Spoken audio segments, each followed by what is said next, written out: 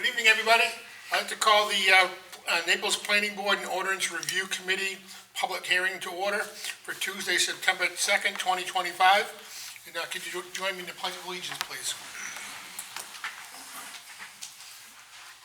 I pledge allegiance to the flag of the United States of America and to the republic for which it stands, one nation, under God, indivisible, with liberty and justice for all. Thank you.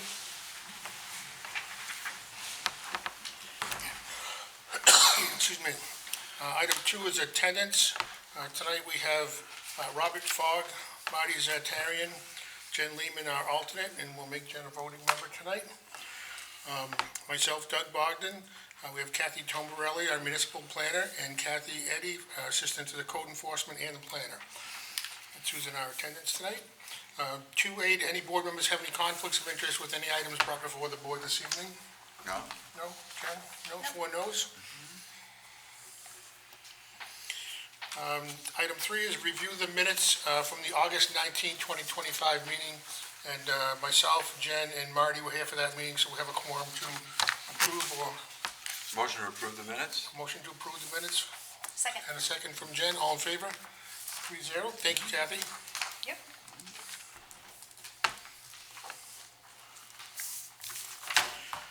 Old business, item 4 is none, and item 5 is a public hearing. And we have a public hearing for some proposed changes to the Naples shoreland zoning ordinance related to administering permits in the shoreland zone. And item B is proposed changes to the Naples land use ordinance, specifically in administration, definitions, dimensional requirements, and subdivision. So we'll open the public hearings. The public hearings are open. And you want to lead that, Kathy, or say anything that we need to? Sure, I'll just start from the top, and your paperwork's in the order of the agenda, so don't mess up your order, or else you'll have a hard time finding where you're at. And we will ask for the public's Sure. opinion if anyone doesn't go along. Yeah, well, how about we take it by section, and then you can ask for if there's any public comment on each section. How does that sound? Okay, so we're gonna start with the first item, which is A, and it's section 16E in the shoreland zoning ordinance, which is the first page, which has a page number of 40 on the bottom of your packet. Basically, the language that was added is almost verbatim from the state, and what it does is give the code officer or the planning board, depending on who administered the permit, the authority to deny the issuance of another permit or suspend or revoke a permit for an owner or occupant for further development of the land on which a violation has occurred until the violation is removed, abated, or otherwise corrected, and any penalties and court-awarded costs are paid. And what that does is it just allows the code officer to say, hey, you know what? You got to take care of this first. You've got a tree, maybe you cut down trees and you didn't have a permit, or whatever it is, but if there's a violation, you don't have to issue another permit. Obviously, if they have a failing septic or something like that that needs to be taken care of, he can still do that. But it gives him some authority and a little bit more teeth. And so that comes almost verbatim from the state. And that's the end of section 200, in case anybody in the public has any questions about that. Okay, move on. And that's the only change to the... Sorry, Marty. One typo I think I said. You go down to the paragraph just below item 8. If a permit, it should be, it's per... Page 41. Page 41, yes, I'm sorry, page 41. Yeah. Where are you at? Oh, Number 8, and then the next sentence right after Yeah. item 8. Yes. I've been working on doing some grammatical corrections within the shoreland, yeah. where it's such a lengthy document, it's taking me a little time in between everything else, but I am trying to catch all the little grammatical errors on it. Yeah, if you notice, I did that in the land use ordinance Yeah, as well. They're just typos, really, but might as well take care of it all at the same time. Right, and in number 8, Yeah. it says, number 8, it says, and is not inconsistent. Shouldn't that just be saying is consistent with policies? It's just the two negatives, I always say. Double negative. Yeah, double negative always spooks me, that's why. Is not consistent. Is not inconsistent. I think it means to say not inconsistent, though. Okay, Yeah, because double it's saying that negatives. yeah, I know, but I think that's what Yeah. it means to say in that specific. Yeah, looks like Yeah. Language is really gross, I'll be Yeah. honest, it just. Okay, Yeah, when you're looking at ordinances, if you use the spell check and all that, it wants to change a lot of Everything. stuff, and it's just our vernacular, it's how we talk and some Okay. of it. okay. No problem.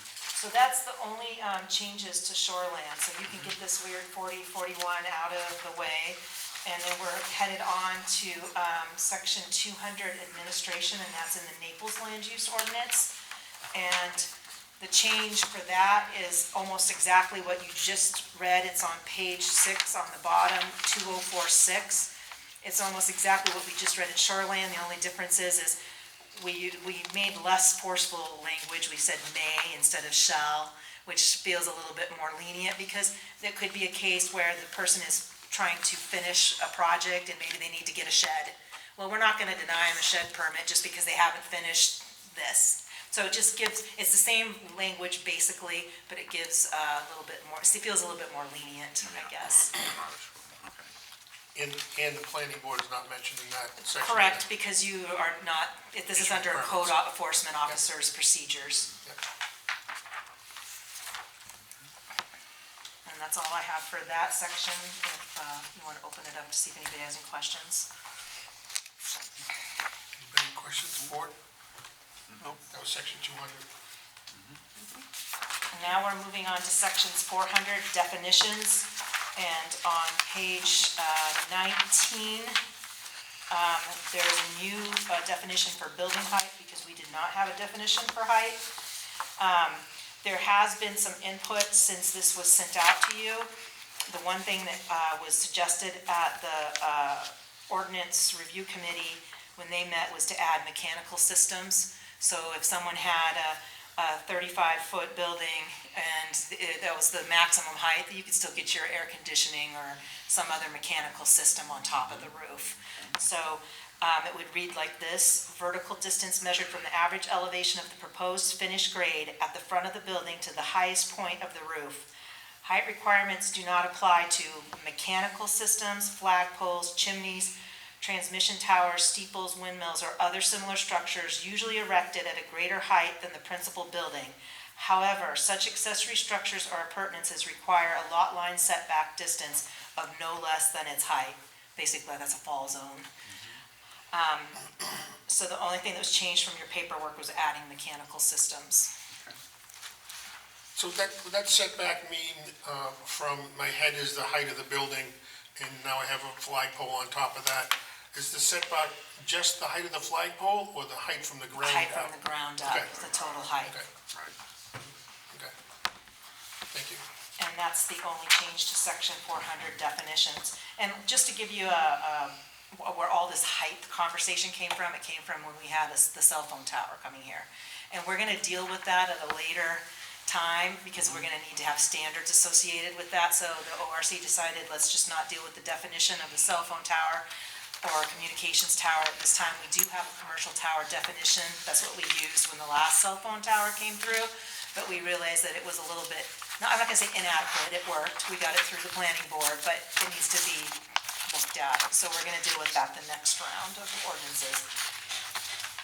Any questions from anybody on 400? Oh, and just one other item here. So in the second to last sentence there, it's called out a principal building, whereas in the second sentence, it just says building. Is that intended to be a difference there? I think it should be consistent.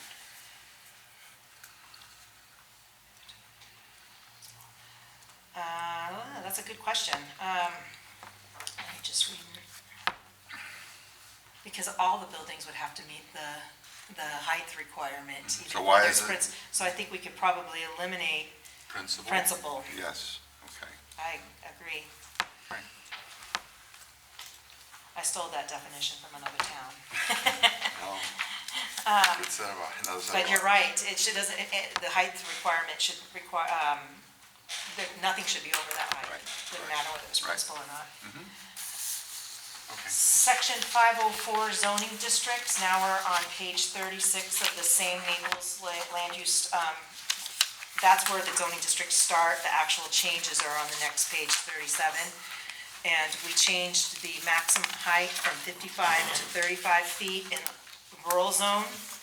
And then the next one is page 38, the critical rural zone, which right now we currently don't have on our zoning maps, but might be coming soon. It was established in your old comp plan in 2006, but the corresponding zoning district was never implemented. So that's why this is here, but we've changed it to 35 there. Again, on page 41, and this is in the commercial district. And then on page 42, there's a typo that I fixed, just facade. For some reason it's spelled there wrong everywhere. And then on page 44, So there's two places where the facade is incorrect, right? did I miss one of them? Number on 16? Yeah. Point 16, there's a FA 9 aid. What page on the bottom of the? 42, page 42. 42, is there another spot where facade is wrong? Yeah, an F. Oh, yeah, I see it. Yeah. Got it.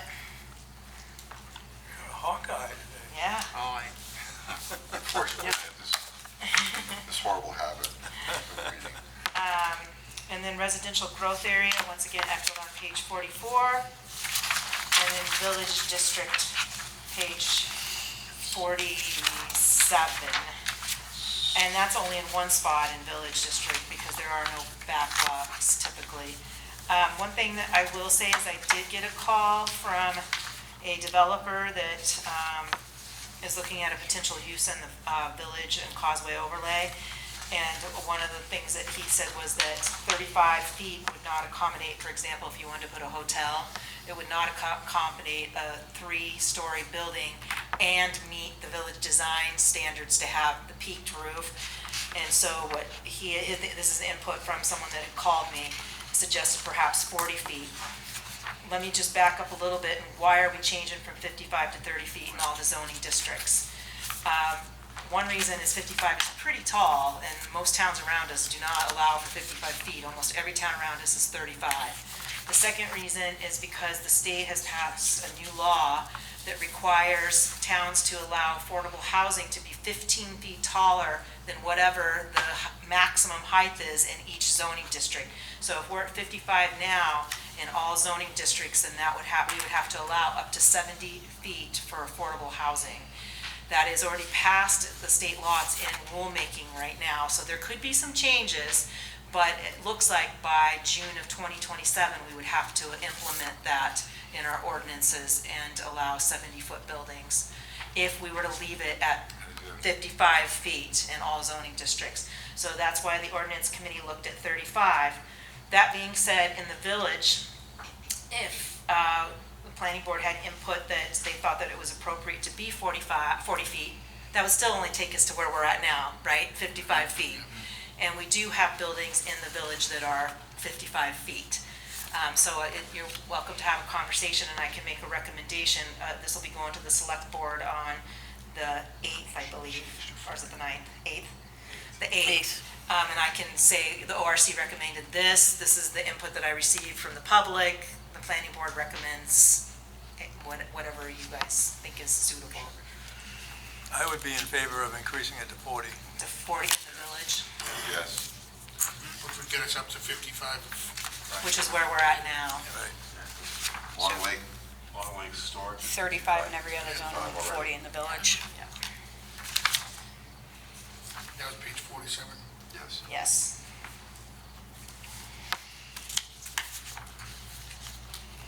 And that's all I have for section 504.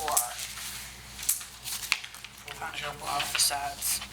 that Yeah, page. and Katie just mentioned she found a few more facades that are not right. I think that happens when you go from Word to PDF. It's doing something to some of the letters. Sometimes the fonts. Yeah, because they're aren't very everywhere. So Yeah. we'll check for that and make sure that gets fixed. I saw a couple of I's instead of ones, and then capital I's instead of ones. Yep. Yeah, I've been playing around with all of that too. I just didn't circle those back until I realized that one was properly used. If they're not substantive, they don't have to be in Yeah. there, but I'm trying to take care of them as part of the process, why not? Yeah, well, only because I just see while I'm looking at this, page 37, at the top of page 37, it Yep. says 20245, instead Yep. of saying 2025, there's extra 4 in Yeah, there. yep, that 4's gotta go. Yeah, and then when you come down the middle of that page, 3, minimum road frontage of 100 feet, that's an I. That's an I. Yeah. Anybody have anything else for section 504? Guys, all set? Yeah. Robert, all set? Yep. Okay, we'll move on to section 100. 1,000. I'm sorry, 1,000, thank you. That's our subdivision ordinance, which is housed in the Naples land use ordinances. Some towns have that as a standalone, but ours is housed in the land use, which is perfectly fine. We're going to page, the first thing we're talking about is various spelling and grammar and formatting errors, which we've been talking about. So there's a lot of those that you'll see in red in this section. But the substantive changes are to delete all references to Appendix C, which appear on 105, 106, 108, and 110. And that's because we're eliminating those. We'll get to those at the very end. But they're dated diagrams that don't look anything like what is submitted for site plan or subdivision or anything that we would see coming from a professional engineer for a subdivision at this point. So we're just going to delete those diagrams. And if you look at them, they're barely legible at this point because they've been reproduced so many times. The next one that is more substantive is 117 and 118. And this is a kind of a whole new, not a whole new section, but formerly it was just under water supply, and drinking water and fire protection was all mishmashed together. So what we did, the ORC, we sat down and we separated it, section 8, into public water, and then below that, public water and private water. And then there's a blurb right on 8 that just basically talks about public water, which we don't have right now, but it's a placeholder. So I talked to the fire chief after the ORC met, and we went through the ordinance to make sure that it met his needs. And so we're just leaving that placeholder for the day when maybe there is a limited public water supply. We can adjust that later. We changed the language a little bit as well. And then we did a new section 9 for private water, and under that we did drinking water and then fire suppression as A and B. So the first thing that, I'll read the public water definition. When a subdivision is to be served by public water system, the complete water supply system within the subdivision, including drinking water and fire suppression supply, must be installed, meeting all national, state, and local standards at the expense of the applicant. So we're going to leave that, it's a placeholder. For drinking water, we added, some of this language came from yours, but it was just too convoluted to strike one and then put one, so we put them all together. So some of this language echoes what you had before. I already know in section 2 that there's a spelling error, but I'll read them. And the chief did read this, and we read this before it came to you, and then it read it again after it came to the ORC, and we discussed it again, and he does have a change, and I'll get to that when we get there. Private water, drinking water 1, A1, 9A1, when a proposed subdivision is not served by public water, drinking water supply shall be from individual wells. Due to the increased chance of contamination from surface water, dug wells shall not be permitted. That combines a couple of your old ones into one, just because it was cleaner. 2, the drinking water supply shall be designed and installed in accordance with the requirements of the Maine Department of Health, HEALTH, and Human Services. 3, lots shall be designed to accommodate the placement of wells and septic systems meeting the requirements of the state of Maine subsurface wastewater disposal rules and well drinking and pump installer rules, which generally require a 100-foot separation between wells and septic systems. Additional restrictions on well locations may be required for hydrogeologic assessments and other applicable regulation. That was added by the ORC to give the planning board a little more teeth. Because right now, it really our ordinance talks about the hydrogeologic assessment, but it's kind of loose. And so on small lots where you need to make sure that wells and septics, typically when you have tight lots and you have a hydrogeologic assessment, they would design it so maybe all the wells are on the front of the lot and all of the septics are on the back of the lot. This gives you a little bit more teeth on requiring that study. What is it, when it says here, which generally require, what is that? Why is the word generally in there? There are cases where people can get a waiver for less than 100 feet. If they have to. Okay. We would not typically allow that in subdivision, but in general, it's 100 feet. Yeah, the code officer can give that authorization, and so can't the state. There's certain. Criteria. Yeah. I think the well can be within as close as 50 feet to a sealed septic tank, but not a leach bed. Not a leach bed. Yeah. Right, that's one of the Yeah. waivers, yeah. Okay. But those aren't waivers that the planning board would be granting. It would be something that the state would do, so you would know that ahead of time. It typically would not happen in your scenario. Okay. But generally, the planning board may require, and that language was in your ordinance already, I think. I think I got that from somewhere in there. So I didn't want to just wipe out your entire ordinance either, because there was nothing wrong with it. We just kind of reorganized it a little bit. The planning board may require the subdivider to demonstrate by engineering reports prepared by a civil engineer registered in the state of Maine that the proposed subdivision will not result in an undue burden on the source. And then we struck the next 4, which what we said above incorporates all of that language. Except for the storage, the one that struck A, storage shall be provided as necessary to meet fire protection needs. That's not in that section at all, because that moves down to the next section, which is fire suppression. The developer shall provide adequate fire protection by one or more of the following methods, meeting all applicable national, state, and local standards approved by the Naples Fire Department. You'll notice that there is no fire ponds on this. Almost every town around us is mixed fire ponds because they're just not holding water. They dry up.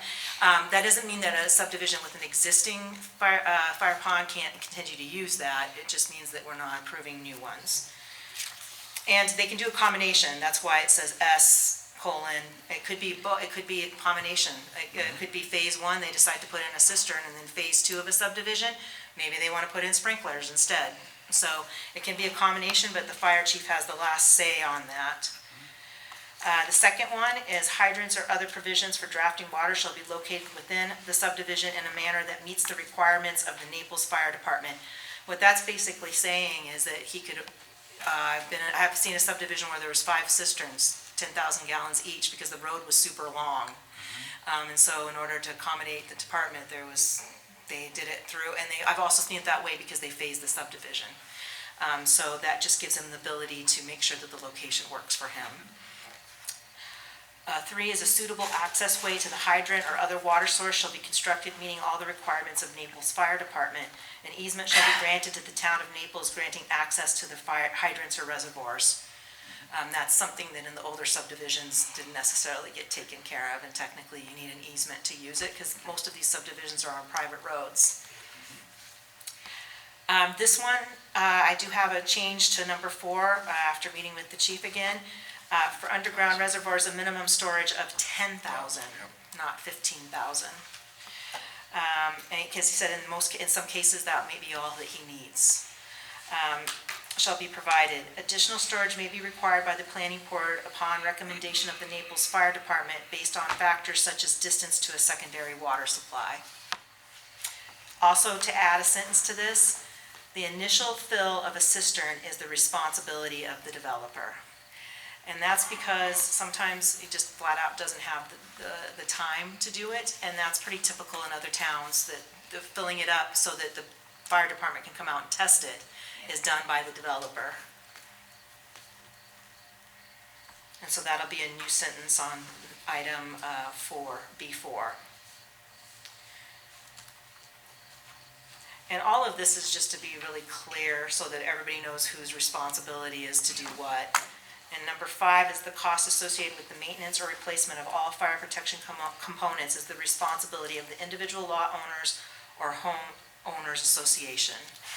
So after the point of it being turned over to the lot owners, it becomes their responsibility to maintain it. The fire department will still come and test it for the association, but it's not their responsibility, it's not the town's responsibility to maintain that. Do they test it yearly or? Typically, they test it annually. Yeah, there's usually, the fire department will usually have a schedule of, and a list of all the associations and what their fire protection is. And so that's the end of that section. 1008.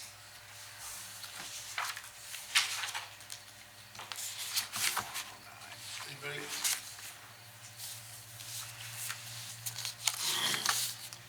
That includes page 119, or is that the next one? This is another section, and this is actually comes from section 1094, page 119. There's a gap there. We didn't want to print out the whole thing, because that's a book. So there's a gap, and now we're in section 1094. Yeah. And this is something that's come up in planning board, because when you planning board, obviously you guys know that when a subdivision comes to the planning board, it's a lot of performance guarantee to come up front. And a lot of times, new developers or smaller firms don't have the money to put up for the entire project. So this makes it clear in the ordinance that you can phase it into distinct phases. So you might have a 26-lot subdivision, but maybe you want to do the first 5 lots, and you want to bond for that first 5 lots, or have cash escrow or a letter of credit. This gives them the ability to do that in the ordinance language. And so basically what this is saying, and I'll read it first, is the board may approve plans to develop a major subdivision in separate and distinct phases. This may be accomplished by limiting the final approval to those lots abutting that section of the proposed subdivision street which is covered by a performance guarantee. Final approval of lots in subsequent phases shall be given only upon satisfactory completion of all requirements pertaining to previous phases and with the posting of a new performance guarantee for the next phase. Preliminary subdivision approval of all development phases shall establish vested rights against future ordinance changes, provided that adequate design documentation is submitted to verify that all project phases meet all ordinance requirements in effect at the time of final approval of the first project phase. So basically what that says, and I know it's a mouthful, but I stole this from another town, and I made it easier actually than the other town. But what it's saying is they can come in and they can get approval for the entire subdivision, all the phases, but preliminary plan, but they're only getting final approval for the phase that they bond. So they can only build those lots 1 through 5 or whatever they are. Then they will need to come in and get final approval for the next phase, and they could go do the next 4 phases, I don't care, as long as they bond those 4 phases. And the authority for the amount is still the planning board's. The planning board gets to review their estimate and say, okay, and then they'll get final plan approval for subsequent phase. But I read this, that there's a grandfather section basically in this process. Correct. So that lots 5 through 26 in your example Yeah. have to can only have to comply to it at that time. Correct. So if Otherwise, there are changes in ordinances, Yeah. they don't have to comply to it. correct. Otherwise, you could have an odd situation where maybe a road standard's changed or something has changed, and now they got to build the road wider, narrower, or what it doesn't make sense to not have it consistent with what the original preliminary plan was, as long as that meets all of the ordinance requirements At that time. at that time. And this wouldn't be an issue if they have we'll say 25 lot, but they're not presenting it as 25 at the beginning, because I think some projects have come to the board before where they're looking at the first, say, 5 lots.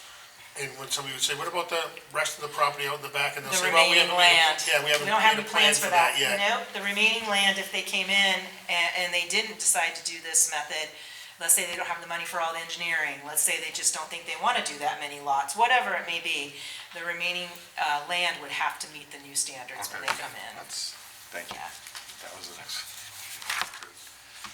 Okay. This is just a way to, A, make sure that the town gets what it needs for a performance guarantee, and B, it does allow, I had an instance where a developer who actually is very well established now, he was a new person, he couldn't get a letter of credit for the entire subdivision for his life. It just wasn't gonna happen. Or a bond, because he'd only been doing spec houses and now all of a sudden he wants to do a subdivision. So it just gives some flexibility. And also, when the economy, when you're not quite sure what's gonna happen 2 years from now, maybe you think there's gonna be a market downturn or something like that, it gives them the ability to get the first 5 lots in with a smaller bond. And then maybe they'll wait, to do the rest. So it just gives them a little bit of chance to not be committed to the whole thing at once. Related to that, on page 122, I added a 12A, well, I changed 12, the first sentence. The planning board had the authority to release a guarantee. I changed it to staff. We're looking for your input on that. But if someone comes in and they come in with a new cost estimate showing that they've completed 90% of their project, it seems a little bit onerous to have to come back to the planning board as long as they've provided that cost estimate. It's pretty simple math, and you've got an engineer that says this is how much is left. And I added the language, the project or phase is 90% complete, that we could release at least a portion of that. We would obviously keep what was needed to finish the project. And staff is, Staff would be, I think I did that for a reason, let me think about it. It would be me, but in the event that I wasn't there, it could be the manager or somebody else if they come in the event that I wasn't there, for whatever reason, I'm out of the office or something of that nature. If you feel more comfortable with planning staff, I can do that. yes, please. Okay.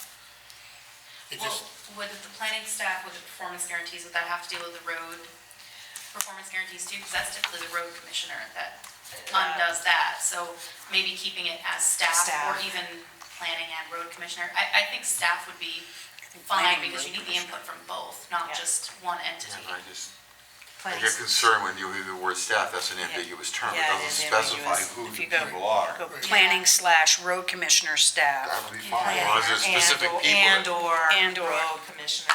Just as Because long the as there's majority of the money's in the road. Sure. Yeah. As long staff as- could be anybody inside the doors. Right, exactly. I just like Gotcha. the specific people. Yep.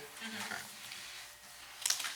Well, you have the same issue on the beginning of the same paragraph. Yeah. They release at Yeah. staff discretion. Yeah, Planning, it would be changing them both. planning staff and/or road commissioner.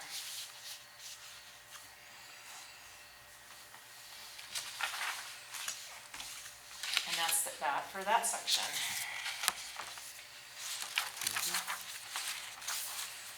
And carrying on, we have a new, one, this is 013 on page 124.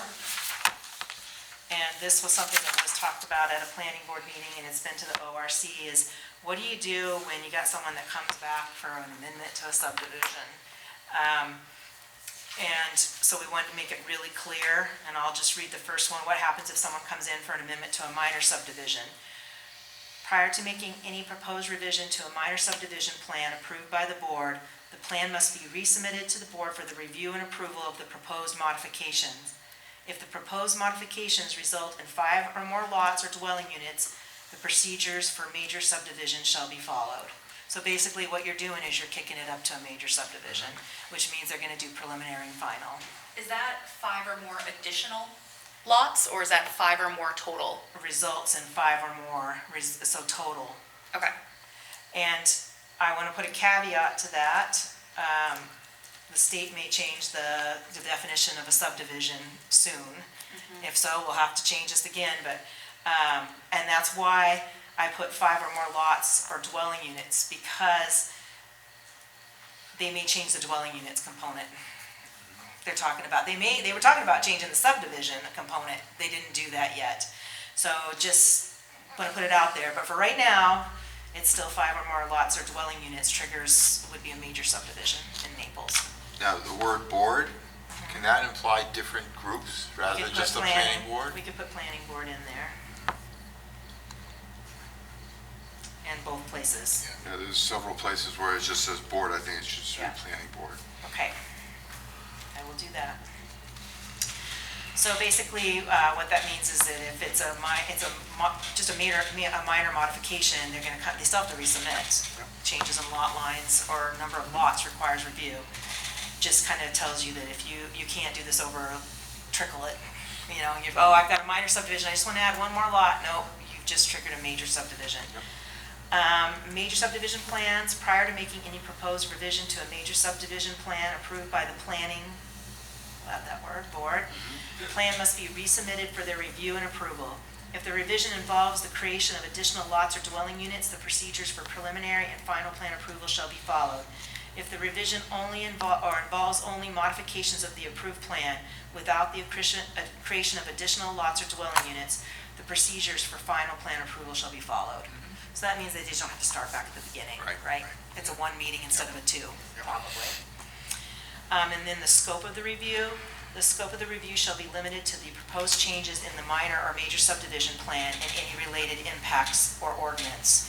So that still gives you the ability to require more studies if necessary. If they've gone from minor to major, you may not have required much, and that still gives you the ability to do that, but only related to the changes. And that's it for that section.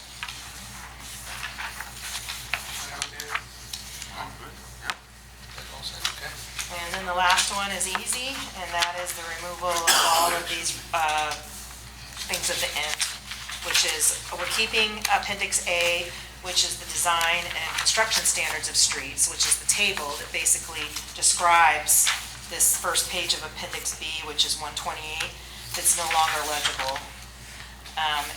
We just don't need it.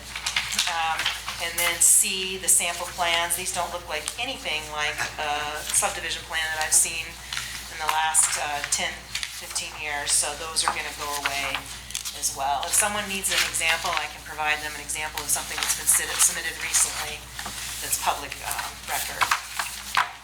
And that's it. Martina did give you guys all a summary of her comments as well, since she was not able to be here tonight, which is basically an overview of what we talked about. And I'll ask if anybody has any comments on removal of Appendix B and C. No? Okay. And that's at the end of all the public hearing That is right. items that we have. So that means we will close the public hearings with the input provided by everybody. And the next thing we open is 6, is our public participation for any planning board matters. No? Seen none? Okay. Close off 6. And then other business, item 7. Signature. It says Dennis Liberty. Yeah. There was That's the two the plans over plans. there Robert needs to sign, and Okay. so doesn't Jim, but he's not here, so we'll catch him in another time. Okay, so that's Dennis Liberty, and B was for Wildflower Estates, the same thing. Yeah. Okay? And I also have the notice of decision, which you had, and that was for the Crossroads Community outreach that was approved. That was item C, I just added to mine, so that's for these 2 areas for Crossroads. We'll take care of that. And we'll move on to 8, schedule next meeting. I'm gonna give you the 16th off. Yep. We have no applications. No applications, yeah. We put it on there just to kind of give a 16th of what, October? surprise. September. We wanted to give you a surprise in Very good. September. Very good. I wasn't gonna be able to come anyway, so. Thank you. I did give you an overview on the memo, just so you have it, just so you know what's coming up for the next Yes. town meeting, so that you can review that at your pleasure, but you'll see it. Probably in the next couple months, you'll start seeing some ordinance stuff coming, so. Anything else planning board want to discuss? No, so we'll take a motion to, Motion to adjourn? Second? motion and second. All in favor? Well, thank you. Let's reopen the meeting. And before, so let's not adjourn yet, we'll reopen the meeting. And we'll make a recommendation to, with the changes that were made tonight, that we push this on towards the select board Select meeting, board. right? That the planning board make a recommendation to accept the changes that were made here this evening. I'll make that motion. Okay? Yeah. Motion and second? Second. Motion and second, all in favor? Okay. Thank you very much. Great. Very much. Okay, now we will take a motion to adjourn. Yes. I'll make that motion. One and second, okay. All in favor?